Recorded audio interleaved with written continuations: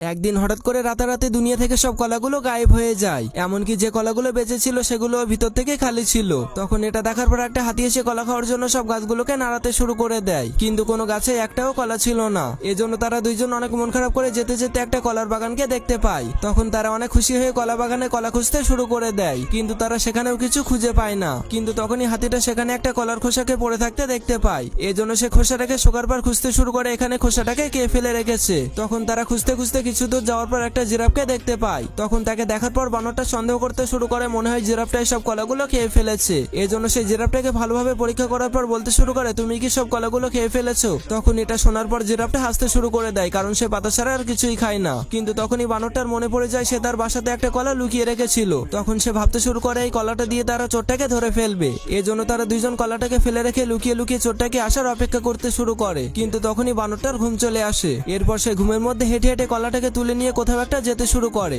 তখন হাতিটাও তার পিছু করতে করতে হঠাৎ করে সে তার সামনে কলা ভর্তি একটা গর্ত দেখতে পায়, যা দেখার পর হাতিটা অনেক অবাক হয়ে যায়। কিন্তু তখনই সেই গর্তের মধ্যে বানরটা পড়ে যেতে গেলেই হাতিটা তাকে বাঁচিয়ে নেয়, কিন্তু সে ভারসাম্য হারিয়ে নিজেই সেই গর্তের মধ্যে পড়ে যায়। এরপর বানরটা জেগে উঠে হাতিটাকে নিচে দেখার পর মনে করে তার বন্ধু সব কলাগুলো চুরি করেছে।